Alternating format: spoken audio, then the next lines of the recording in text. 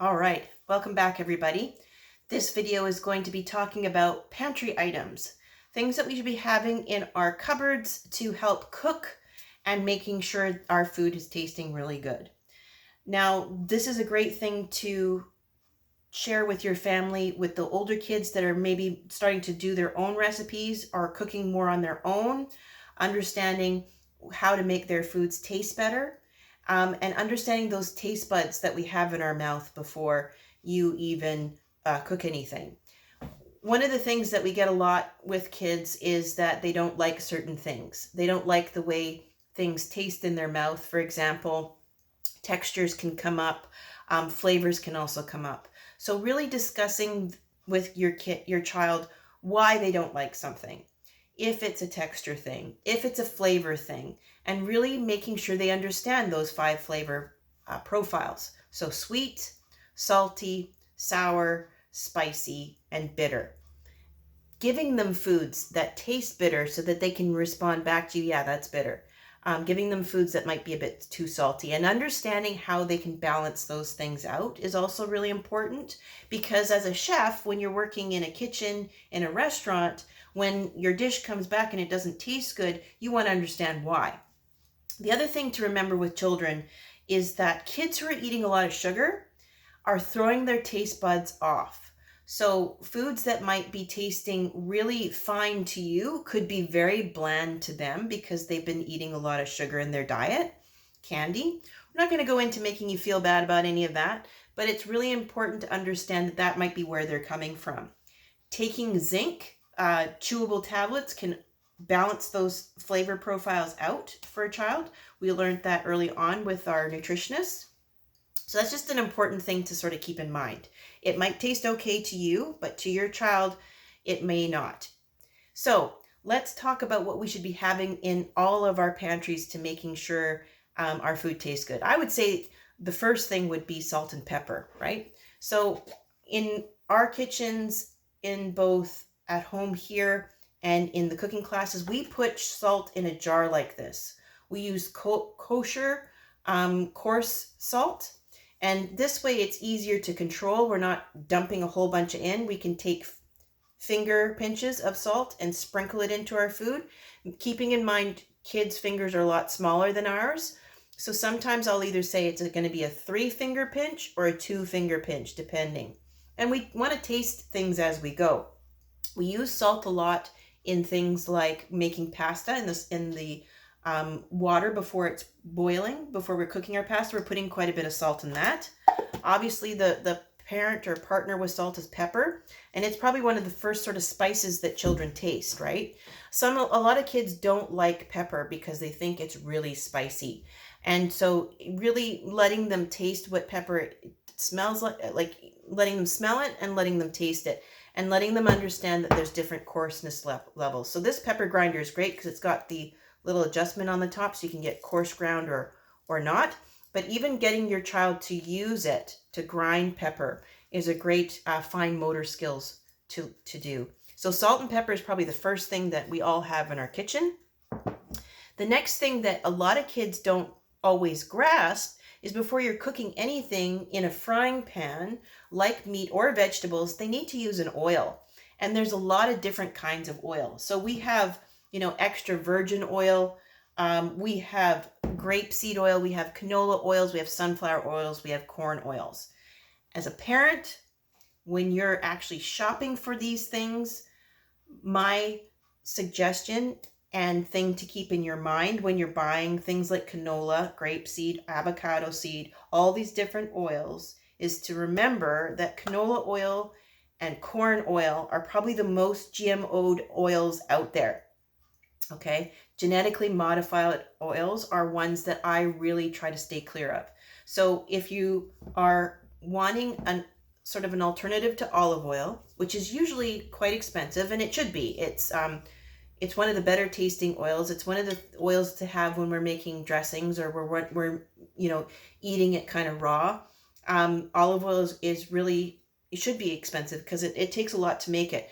But canola oils and corn oils have been overly processed, have been overly grown, are GMO'd, and are not really good for our bodies.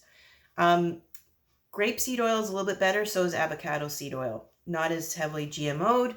And grapeseed oil or vegetable oils have that higher smoke point. So if you're frying anything that's on a high heat, you want to go to the grapeseed oil and not use an avocado or sorry, an olive oil, because it will have a lower smoke point, which means it burns and gets that really bitter flavor. But if you're making a dressing, I would say extra virgin olive oil is a really good one. I don't mean to be using any kind of brands here. You buy what you feel is appropriate for your family and based on your budget. There are great no-name brands out there that are perfectly fine to use. And then there's obviously the higher end brands like balsamic vinegars and olive oils too, for special occasions or for special dressings, I would say. So oils are also important to have. The other thing would be vinegars. So those are our sour flavors. So I always have a bottle of balsamic vinegar, which is a very strong vinegar. I'll also have maybe a lighter vinegar like rice wine vinegar, or apple cider vinegar is also really healthy to have in our pantries for things like dressings. And we're going to do dressings in one of the other videos. I'll go over the olive oils and the vinegars a little bit more. Obviously, if you're going to have vinegars in the fridge, you should also have things like lemon, like your citruses, for any kind of adjustments. Adding a little sour to any of your recipes really makes a difference, will really boost up the flavor. Okay, then we're going to go into, we mentioned salt. The other salty thing to have is soy sauce.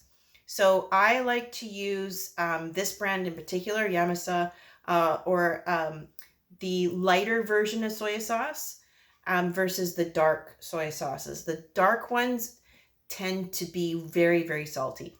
And the other thing to remember too is when you're making any kind of sort of teriyaki sauce or marinade, just using straight soy sauce alone and not cutting it with water makes a huge difference. Really taste your foods as you go in your dressings and your marinades, and understand that if you're using a lot of soy sauce in your marinade, adding almost equal parts water will balance out the flavor and not make it as strong. Now, the other thing to also have with your spice, so we mentioned pepper. The other thing to have are your dried herbs. So with children, you might not be using dried chili flakes that often. I would gradually introduce things like spice into your meals though, for just so that they understand that just a little bit goes a long way. We've had kids who really wanted to sort of show off in a group situation with their peers, and they add a lot of spice, and then they get too overwhelmed by it later. But really talking to kids about the difference between a dried herb or dried pepper like this versus a fresh pepper is important. Looking at jalapeno peppers on their own, eating them raw versus cooking them. Cooking peppers makes them less spicy. So the other dried herbs I like to have are thyme. And notice that I'm just using no-name packaging, bulk, right? A little bit goes a long way. So I've got oregano and thyme are part of my pantry items that I always have to have. They're used in sauces. They're used for meats and marinades. And then the important piece is that when you're opening it, you're using your fingers again. And this is where I remind them, if any of them have watched Ratatouille, and he's jumping across the big soup pot and he's adding different things into it, and he's rubbing the leaves with it together. So taking it out and just pinching it and then rubbing the leaves releases those flavors. So don't just add them in, but really rub them together in your fingers. You can really tell how strong they'll get. It really activates the herbs to do their job as opposed to just dropping them in. So a lot of people ask, what's the difference between dried herbs and fresh herbs? And my thing is, dried herbs you add at the beginning of your sauces or your recipes. Fresh herbs are added at the end. So if you're making a tomato sauce, for example, you're adding the dried oregano to your frying up of your tomatoes, which we're going to cover in one of the videos, in the beginning. And you're finishing your dish like right near the end when the tomato sauce is almost done. You're adding your chopped up fresh basil at the very end. A big reason why is it tends to get oxidized or go black, and nobody wants to eat food that doesn't look that great. And then you're keeping the flavor really fresh. Same thing goes if you're baking or roasting potatoes. You can add these dried herbs to your potatoes before they go in the oven, and then a bunch of fresh rosemary when they come out. The flavor just bursts out of the food and the fresh herbs won't burn.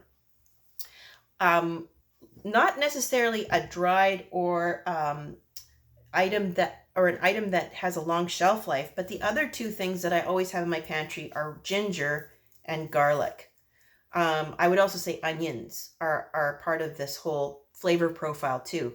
So really getting your kids used to eating these sorts of added ingredients. They won't always notice when they're there, but they'll notice when they're not there, right? So garlic, really talking to your kids about the idea that garlic fresh is very spicy versus when it's fried or cooked or slow cooked. So you can take a head of garlic like this, and also understanding that there's a difference between a head of garlic and a clove. So a clove is, separating off and only adding one little piece versus a head. So reading a recipe and really understanding that the recipe is calling for one clove of garlic and not one whole head of garlic, right?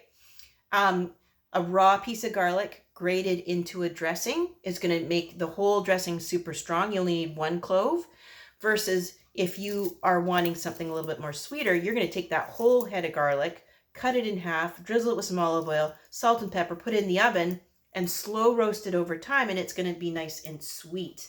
Okay, so garlic is an incredible thing to always have. It's added to so many recipes.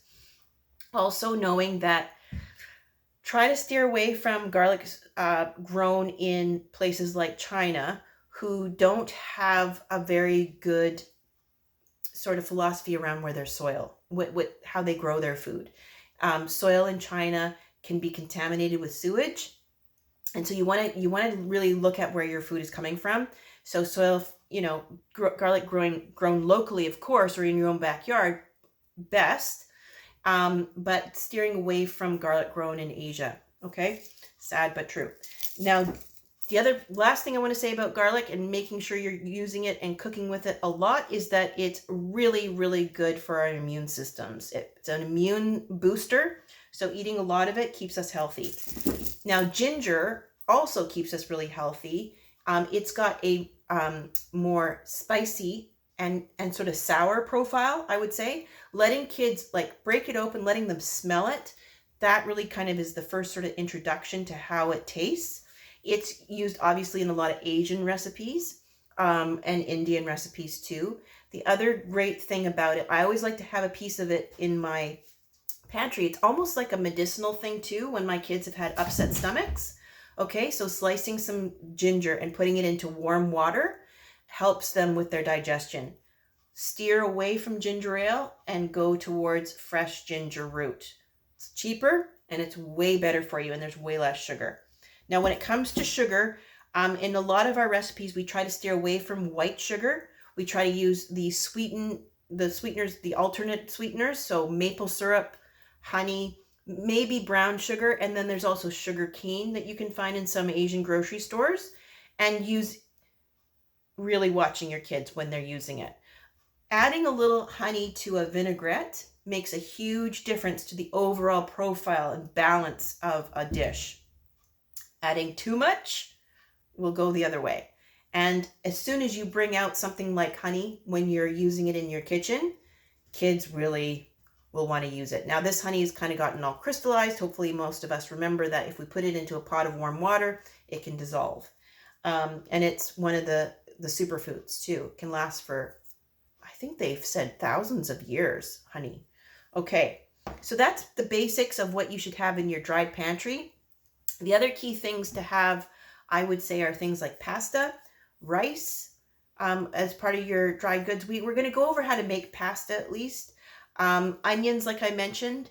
In your fridge, things like eggs.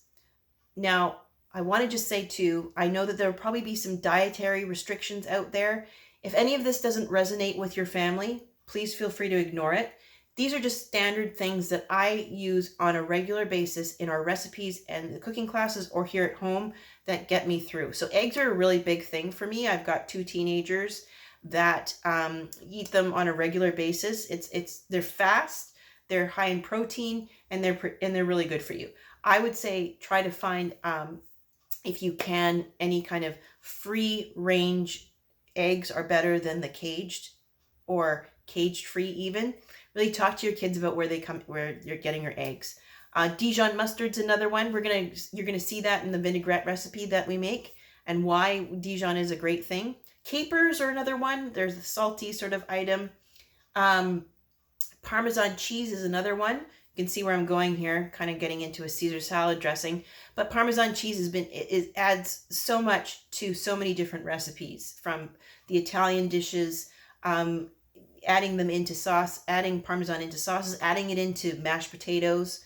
So those are the basics though. Dried herbs, salt, pepper, garlic, ginger, at least 2 different oils, an olive oil and a grapeseed oil.